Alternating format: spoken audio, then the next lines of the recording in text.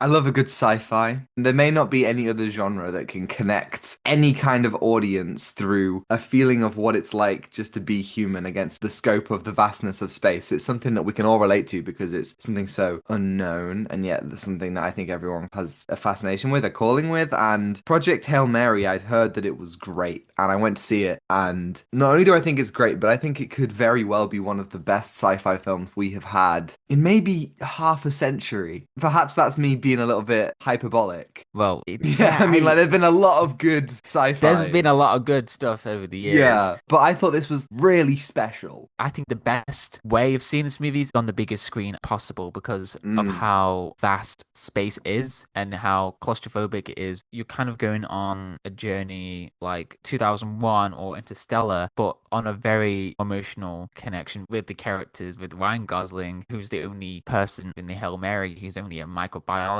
and encounters so many different problems. This is the Out of Time Film Podcast, where your hosts Tom and John discuss everything from blockbuster films to TV and games like there's no tomorrow.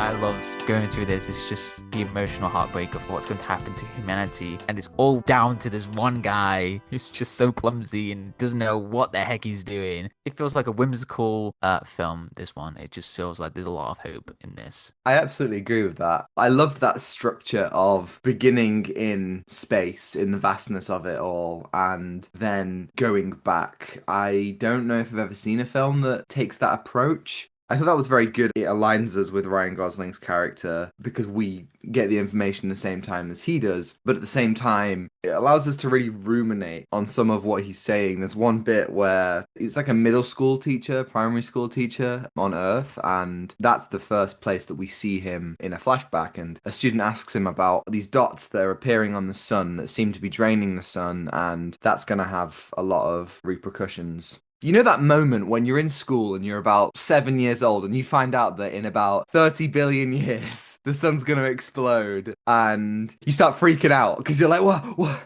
No! Project Hail Mary basically says, yeah, that's gonna happen in 30 years. And you see kids just actually being like, oh my God, in our lifetime we're gonna die. And Yeah. that was a great universal Yeah. moment. As a teacher, what do you even say to that? Ryan Gosling's there just like, I don't really want to get into the ethics of this because it's a very big problem. How do you give hope to these kids where there might not be any? And he says, listen, guys, there are the best minds in the world on this right now. They are trying to fix this. We're going to be fine. And then it just smash cuts to him alone on the Hail Mary in space. I think it was that moment that I thought, oh, this is going to be something special. That very simple cut from him trying to gather hope to a lost, confused, memoryless man on a spaceship in the middle of nowhere. I thought that was very, very smart, the way that they did that. And throughout the film is structured really cleverly, the way that they drip feed you information. I think that's a testament to the directors, Phil Lord, Chris Miller. Those two exclusively make bangers, and they are very, very, very smart at combining tones. This film is comedic, and it is emotional, and it is sincere. I thought this film did an absolutely fantastic job. Yeah, and then in terms of performance-wise, I think it's very interesting to see Ryan Gosling at his own. He works so well with different actors, and you can see so much comedy out of him. And in this one, there's an alien that he encounters called Rocky, and the chemistry, not one, the chemistry, it's just wow, the performance between them, they should get Oscars. With Rocky, I think he's the heart of the film. Rocky, he's the one who pulls your heartstrings. He gives so much hope and energy towards Grace. That's Ryan Gosling's character. He's not alone, and I think that's great to have that journey for him to understand he's not alone in this. It feels so sweet. With Ryan Gosling's performance, he does so well here. And with him in this set, I think it's great to have so many buttons to play around. Like this one, thumbs up, this one, and this one. It's great to see here with the cockpit. Like there's like thousands of buttons around. You feel so overwhelmed. I think that's great to see that as the opening to like see, oh my God, there's so many buttons. I don't know where I'm going. And then also the smart move with having the centrifuge thing as well, where the tables and cupboards are onto the side and then the beds that are just one above another. Once it's in centrifuge mode, all the beds are next to each other. Everything just becomes neat. It's also smart. I think they've just done so much detail to make it feel so alive. It's so brilliant. We spend the most time in the Hail Mary, and I don't even know how I'd begin to explain how absolutely terrified and out of my depth I would feel. I think anyone would feel. That's why you relate to Grace. If you woke up and it was like, yeah, you just got to manage your entire life on this thing. It's one thing being the Martian, where he's stuck on his own. He knows how to work all this stuff. Grace quite literally has to learn to fly manually at one point, and that's something that takes practice, and he's not very good at. As you said, he is a scientist. He's not made for this. He's not a pilot at all. Exactly. The film is very practical. Every set feels so real. Rocky as a creature, this insane puppetry, and I'm sure there was CGI enhancements, but it feels so tangible and tactile, and I thought that was amazing. Chris Miller and Phil Lord said there was no green screen used in this film, not a single shot. That is insane, considering that pretty much since the advent of green screen, you would be hard pressed to find a blockbuster that didn't use it. I would maybe even go as far to say there hasn't been a single blockbuster this century that hasn't used green screen. Now, yeah, someone's going to prove me wrong, but whatever. The point is, it's used in everything. It's used for the most simple stuff. It has seeped its way into so many what should be simple filmmaking practices. This film doesn't use it at all. And for it to still look the way that it does is insane. Now, I read the other week, Puck News, they reported that Project Hail Mary's budget was $248 million, which makes it the most expensive MGM film of all time. And it means that it has to gross pretty much over $500 million to make a profit. Now, this film looks insane. It looks gorgeous. I can't fault it on a technical level. But I've said quite a few times that films that cost that much, I don't know, if this film does amazingly and it does make a profit, it's an original film. It's not an IP. Yeah. But we're spending a lot of money here, guys. And again, the way to make sustainable film practices isn't to be spending this amount. So I don't know. This is a very difficult kind of question here. I wonder where that money mostly went into. Imagine you're the producer, like, okay, we got to spend on this money. We got to spend. Why do we have $100 million on snacks? Guys, who bought the snacks? Who did this? Yeah. You bought 6,000 packets of Skittles? It was important for the Hail Mary mission. But however, the turnout for people coming in, it's like people went to see this movie yesterday when I bumped into you. Well, it was a surprise for you. Surprise! Surprise! And there was loads of people. And at the time we're recording this, it hasn't released yet. We saw previews. And so it was popular enough for people to see. I certainly will be recommending this. I could see, we've had a lot of really good, popular original films recently. Now, a sci-fi is very different from a horror. If Sinners is popular, Sinners didn't cost $248 million.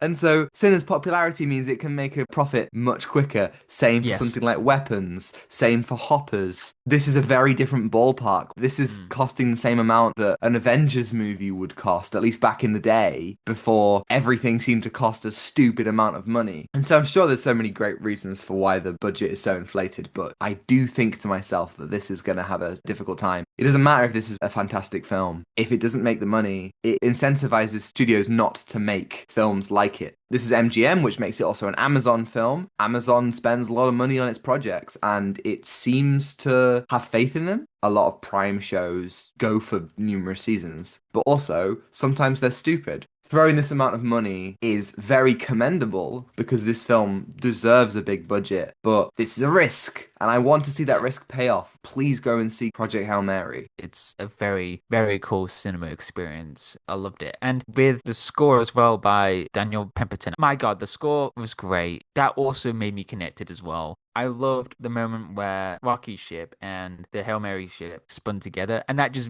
gave me flashbacks to 2001, but a way more whimsical way, like how space can be so cool and so fun, with the zero gravity. But there's some heavenly scores, like later on when Grace finds the astrophage, the cells around him, and it's such a beautiful, beautiful scene, but it's just the score that just shows him having a moment. Sound can bring so much life. Yeah, I thought it was amazing, and it was such a crushing blow when I got home and I went, "Oh, I'm gonna whack the score on." But because the film It's hasn't next released yet, Friday! No! God damn it! Yeah, it's great. I think Daniel Pemberton is one of my favorite composers working today. There are also a lot of really good needle drops as well. There's a scene with Sign of the Times by Harry Styles, and I thought that was a really shockingly moving moment. I spent a lot of the time thinking to myself, oh my God, Lord and Miller, they need to make a Star Wars movie. And I was Yeah? just like, they have it. And then I remembered they were the Oh. original, yeah, the original directors for Solo. They filmed however much of that they filmed and then were replaced with Ron Howard. So yeah,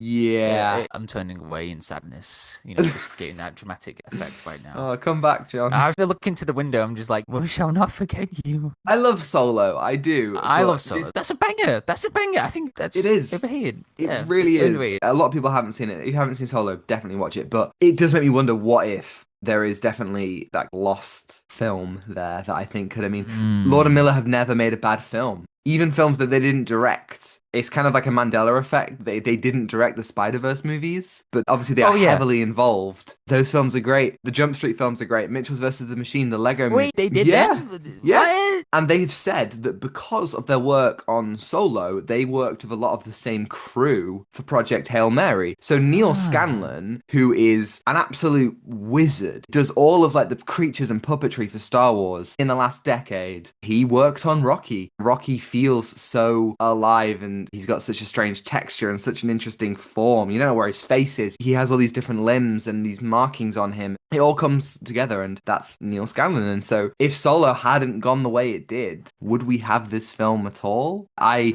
like Mm. Solo a lot, but this to me is a film about the very essence of humanity. As I said earlier, this is why sci-fi is so spectacular. And so I'm kind of Yeah. just like, maybe I'll take the Solo loss for this. Yeah, it just makes you think about the what ifs. And this is adapted from the book by Andy Weir. Yeah, I read the book in 3 days when the trailer was announced. I don't know what was the impulse to read it in 3 days. I just had to. And yeah, I'm so impressed how they've done so much from the book. Because the book definitely felt like you were reading like a big Hollywood sci-fi. There's a lot of detail from Grace's perspective all the way through. He describes different theories. I love seeing that on there. And it just makes it feel human because maybe with a lot of sci-fi movies, you'll get people who are super smart, like, yes, we must punch the pencil through the paper. Oh, a black hole, yes, a black hole, yes.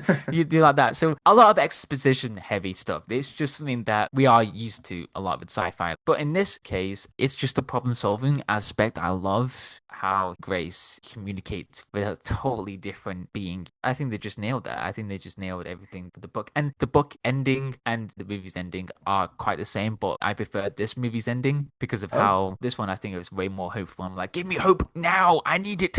I was worried. Are they gonna add too much comedy in this? Because Yes. with Grace's dialogue, it does feel very Hollywood-esque. With the trailers, I was very worried that this was going to be too funny. I shouldn't doubt Lord and Miller like that. No, But no. one of those problem solving sequences that I loved was one on Earth with Grace and this bodyguard Carl trying to figure out why the astrophage aren't going through Venus. They go to the hardware store and are having fun getting all the equipment. That was so fun. The way that they make the stuff on Earth feel hopeful and plucky and exciting, like, oh, we're figuring all this stuff out. I thought that was just a great time. I think there is one MVP of this film above all else. And I think, John, I hope you know who I'm talking about. Yeah. Should we say it at the same time? There might be an incredible delay. Yeah, you know who I'm talking about. Yeah, go on. Yeah, Okay. okay. 3, 2, 1. Rocky! Greg Fraser. No, Greg What? Fraser! I John! thought you meant the character. Okay. No! Okay.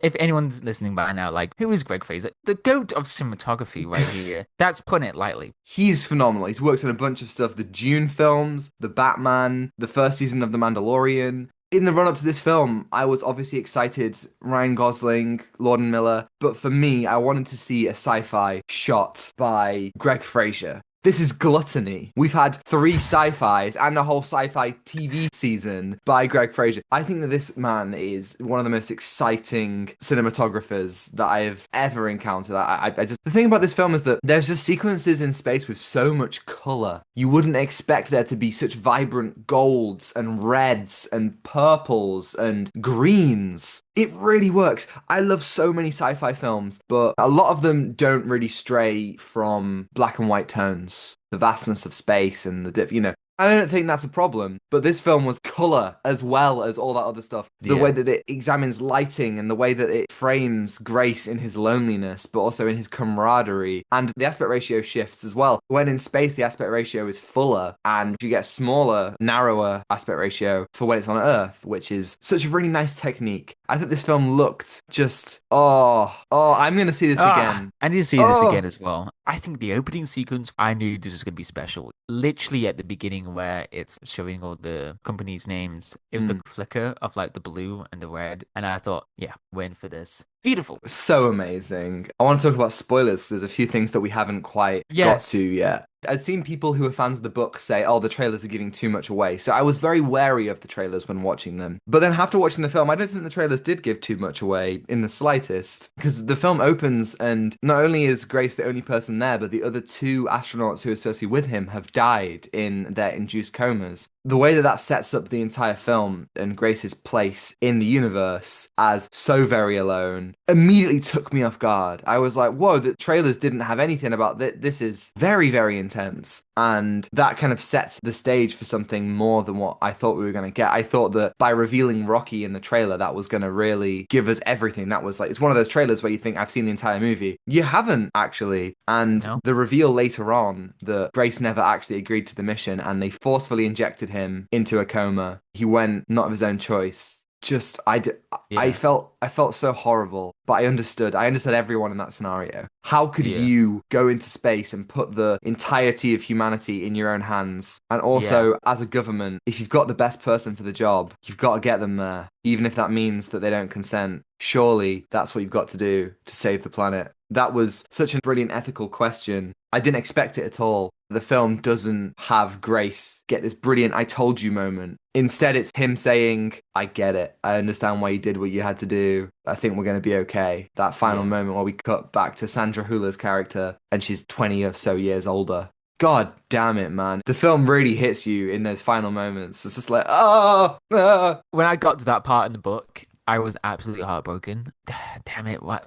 I understand it, but it hurts so much. And then the ending is just great for Grace to actually teach again and really come back. So that's the question. I hope they don't make a sequel. I really think that this is one of those special one-off stories. I think this will be in the conversation as one of the best sci-fi films. Certainly this century, maybe of all time. I'm very serious when I say that. Yeah, I totally agree. What are you going to give out of 10? I'm going to go 9 out of 10 on this one. Yeah, same. I just can't wait to hear Daniel Pemberton's score again. I think that's going to definitely be in my loop. Yeah. Thank you everybody for listening. If you're listening on YouTube and you liked it, you can like and subscribe if you want to see more. And if you're listening on Spotify or Apple, you can follow and give us a 5-star review if you think we're worthy. And next week, in preparation for the latest Star Wars show, Maul Shadow Lord, we're going to be talking about the last time that we saw our favorite red and black horned man in the Siege of Mandalore, the final Clone Wars arc. I've been doing my homework, guys. It is so cool. So cannot wait to talk about more Star Wars. Yeah, you got any questions on the final Clone Wars arc?